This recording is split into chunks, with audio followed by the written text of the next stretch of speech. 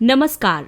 Vision IAS के news today के इस अंक में आप सभी का स्वागत है। इस अंक में हम आपके लिए लेकर आए हैं यूपीएससी परीक्षा की दृष्टि से महत्वपूर्ण कुछ अहम खबरें। आइए इस अंक में आपको सबसे पहले बताते हैं ग्रामीण विकास मंत्रालय के वित्तीय प्रबंधन सूचकांक की रैंकिंग के बारे में। हाल ही में ग्रामीण विकास के लिए राज्यों को वित्तीय प्रबंधन सूचकांक के आधार पर रैंकिंग प्रदान किए जाने की घोषणा की गई है। कुछ मुख्य मानकों के आधार पर राज्यों के प्रदर्शन को रैंकिंग प्रदान करने के लिए ग्रामीण विकास मंत्रालय ने वित्तीय प्रबंधन सूचकांक का आरंभ किया है। इन मानकों में वार्षिक योजना तैयार करना, खर्च के लिए निर्धारित राज्य के हिस्से को शीघ्र जारी करना, निधियों का समय पर उपयोग करना और उपयोगिता प्रमाण पत्र प्रस्तुत करना आदि शामिल हैं। सार्वजनिक वित्तीय प्रबंधन प्रणाली यानी public financial management system PFMS और प्रत्यक्ष लाभ अंतरण का सर्वोत्कृष्ट कार्यान्वयन। आपको बता दें कि PFMS एक वेब आधारित प्लेटफॉर्म है जो धन के प्रवाह की निगरानी और नियंत्रण में कार्यान्वयन एजेंसियों को सहायता प्रदान करता है। इसके साथ ही आंतरिक लेखा परीक्षा और सामाजिक लेखा परीक्षा इत्यादि शामिल हैं। आइए अब इस सूचकांक के लाभों की तरफ नजर डालते हैं। ये सूचकांक पारदर्शिता के साथ प्रतिस्पर्धी और सहकारी संघवाद की भावना को भी बढ़ावा देगा। राज्य सरकारों द्वारा विभिन्न कार्यक्रमों के प्रभावी कार्यान्वयन को सुनिश्चित करने के लिए ये निधियों के बेहतर उपयोग पर बल देगा। ये ग्रामीण स्तर पर विकास कार्यों के लिए निधियों के प्रभावी उपयोग को बढ़ावा देगा। साथ ही लेखा परीक्षण प्रक्रिया के माध्यम से किसी भी अनियमितता की जांच की जा सकेगी। इसी के आधार पर हाल ही में पंचायती राज मंत्रालय ने देश भर में लगभग 2.5 लाख ग्राम पंचायतों में से 20% का ऑनलाइन लेखा परीक्षण करने का निर्णय लिया है। इसे पंचायती राज मंत्रालय ने ई पंचायत मिशन मोड परियोजना के तहत ऑडिट ऑनलाइन के माध्यम से संचालित किया है। ये अभिलेखों तक पहुंच को सुगम बनाएगा। इन अभिलेखों की जिला, राज्य और केंद्र स्तर पर निगरानी की जा सकेगी। अगली खबर सांख्यिकी एवं कार्यक्रम कार्यान्वयन मंत्रालय से संबंधित है। सांख्यिकी एवं कार्यक्रम कार्यान्वयन मंत्रालय की एक रिपोर्ट के अनुसार 403 अवसंरचना परियोजनाओं की लागत में वृद्धि हुई है और 530 परियोजनाओं के समापन समय में बढ़ोतरी हुई है। दरअसल ये परियोजनाएं 150 करोड़ रुपए और उससे अधिक की 1686 परियोजनाओं में शामिल हैं। इसकी संपूर्ण लागत में वृद्धि मूल लागत की लगभग 19.60% है और औसत समय में बढ़ोतरी लगभग 41.16 माह है। वर्तमान में सांख्यिकी एवं कार्यक्रम कार्यान्वयन मंत्रालय द्वारा 150 करोड़ रुपए और उससे अधिक मूल्य की अवसंरचना परियोजनाओं की निगरानी की जाती है। आइए अब जानते हैं कि इनकी लागतों और समय सीमा में बढ़ोतरी के कारण क्या हैं। भूमि अधिग्रहण और पर्यावरण स्वीकृतियों में देरी की वजह से और अवसंरचना सपोर्ट तथा लिंकेज का अभाव है। परियोजनाओं के वित्त पोषण से संबंधित मुद्दों के कारण निर्माण कार्य को प्रारंभ करने में देरी हो रही है। टेंडर और ऑर्डर प्रक्रिया और उपकरण आपूर्ति में देरी हो रही है। संशोधित लागत अनुमानों के दर्ज न होने से अंडर रिपोर्टिंग की समस्या उत्पन्न हो गई है। इसके अलावा कानून एवं व्यवस्था की समस्याएं, भूवैज्ञानिक घटनाएं आदि भी देरी और लागतों में वृद्धि के लिए जिम्मेदार हैं। इसके लिए मंत्रालय ने कुछ सुझाव दिए हैं, जैसे नियोजन से पूर्व जो प्रक्रिया है और निर्माण स्थल की जांच है उसमें निवेश किया जाए, खरीद प्रक्रिया में सुधार किया जाए, अनुबंध प्रबंधन को सुदृढ़ बनाना चाहिए। इसके साथ ही सहयोगपूर्ण नियोजन आदि के माध्यम से प्रक्रियाओं और क्षमताओं में सुधार करना, लोक प्रबंधन प्रक्रियाओं को सुदृढ़ करना, नई प्रौद्योगिकियों के उपयोग को बढ़ावा देना और विरासत संबंधी चुनौतियों का समाधान करना आदि। भूमि अधिग्रहण और विनियामकीय अनुमोदनों के लिए हितधारक प्रबंधन प्रणाली को मजबूत करना। आइए अब जानते हैं कि इस दिशा में उठाए गए कदम कौन कौन से हैं। राष्ट्रीय अवसंरचना पाइपलाइन को आरंभ किया गया है, जिसका उद्देश्य परियोजना को मूर्त रूप देने की प्रक्रिया में सुधार करना है। मंत्रालयों में परियोजना विकास प्रकोष्ठ की स्थापना की गई है। निर्माण, परिचालन और हस्तांतरण यानी बिल्ड ऑपरेट ट्रांसफर मॉडल के लिए संशोधित मॉडल रियायत समझौते को अंतिम रूप दिया गया है। अगली खबर विप्रेषण यानी रेमिटेंसेस से संबंधित है। भारत में आने वाले रेमिटेंसेस में कमी का अनुमान। ग्लोबल बैंकिंग ग्रुप के अनुसार वित्त वर्ष 2021 में भारत में आने वाले विप्रेषण यानी रेमिटेंसेस में 25% की कमी आएगी। इस रिपोर्ट की माने तो तेल की कीमतों में होने वाली प्रत्येक 10% की कमी दीर्घकाल में भारत में आने वाले विप्रेषण में 7% तक की कमी कर सकती है। कोविड-19 महामारी से प्रेरित आर्थिक संकट को इसके लिए उत्तरदायी माना गया है। हाल ही में खाड़ी देशों में कार्यरत कई भारतीयों को अपनी नौकरी से वंचित होना पड़ा और जल्द ही इन कर्मियों को छटनी का सामना भी करना पड़ सकता है। इसके अलावा संयुक्त राज्य अमेरिका का कमजोर आर्थिक परिदृश्य प्रवासी श्रमिकों के रोजगार और आय पर प्रतिकूल प्रभाव डालेगा।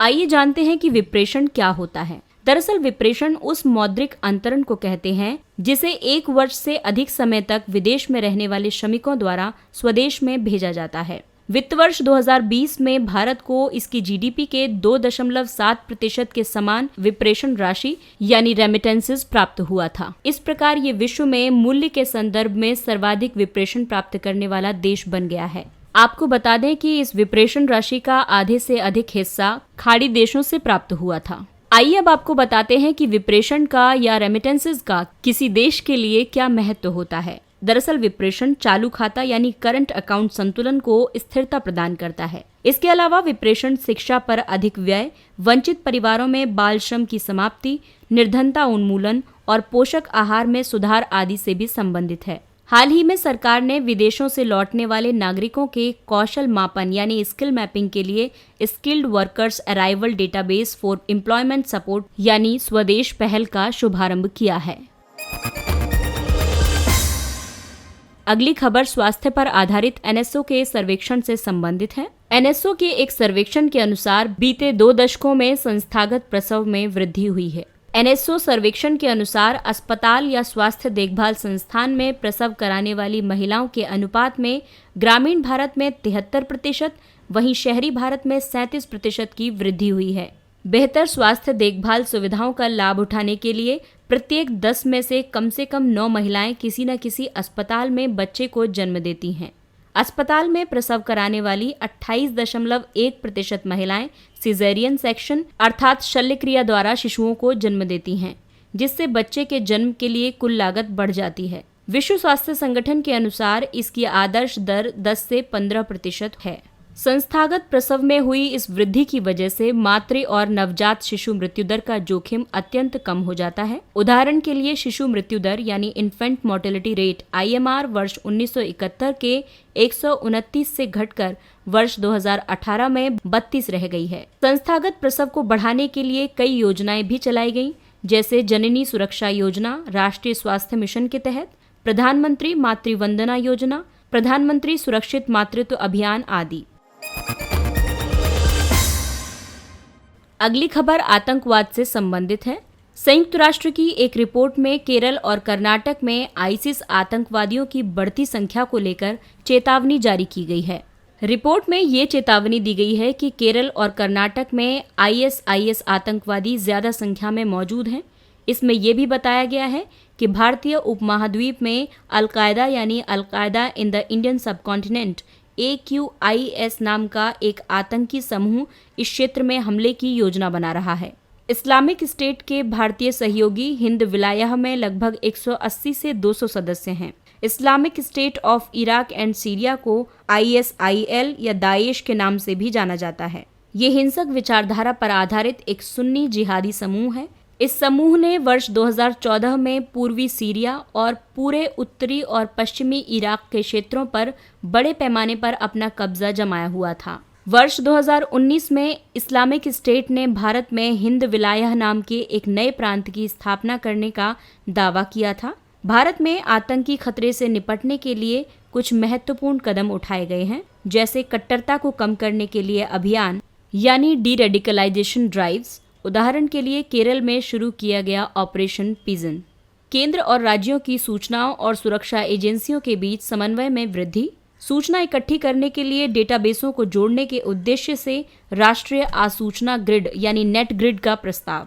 इसके अलावा राष्ट्रीय अन्वेषण अभिकरण यानी नेशनल इन्वेस्टिगेशन एजेंसी NIA की स्थापना। ये भारत में आतंकवादी गतिविधियों से निपटने के लिए एक विशेषीकृत एजेंसी है।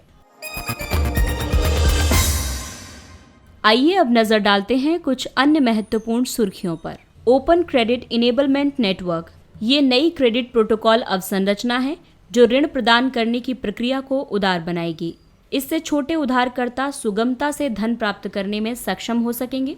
ये नेटवर्क एक सामान्य भाषा में काम करेगा। साथ ही ये व्यापक पैमाने पर नवाचारी और वित्तीय ऋण उत्पादों का उपयोग करने और उन्हें सृजित करने के लिए उधारदाताओं और बाजारों को भी आपस में जोड़ेगा। इसे आई स्पिरिट यानी Indian software products industry round table नाम के एक टेक्नोलॉजी थिंक टैंक ने विकसित किया है। उन्नत भारत अभियान UBA, ट्राइफेड यानी भारतीय जनजाति सहकारी विपणन विकास संघ, tribal cooperative marketing development federation of India, TRIFED ने जनजातीय समुदायों के लिए आजीविका के अवसरों और आय सृजन को बढ़ावा देने के लिए UBA यानी उन्नत भारत अभियान के तहत IIT दिल्ली के साथ साझेदारी की है।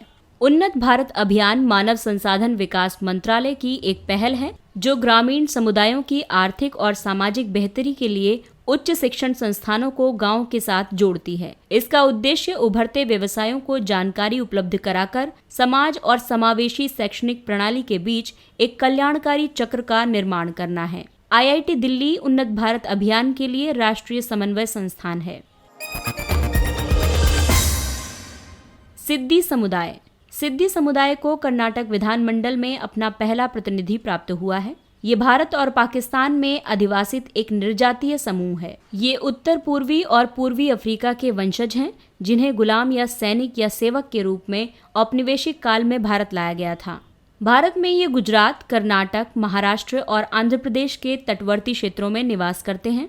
वर्तमान में इनकी जनसंख्या लगभग 20,000 से 55,000 के बीच है। सिद्दी मुख्य रूप से सूफी मुसलमान हैं, हालांकि इनमें से कुछ हिंदू और रोमन कैथोलिक ईसाई भी हैं।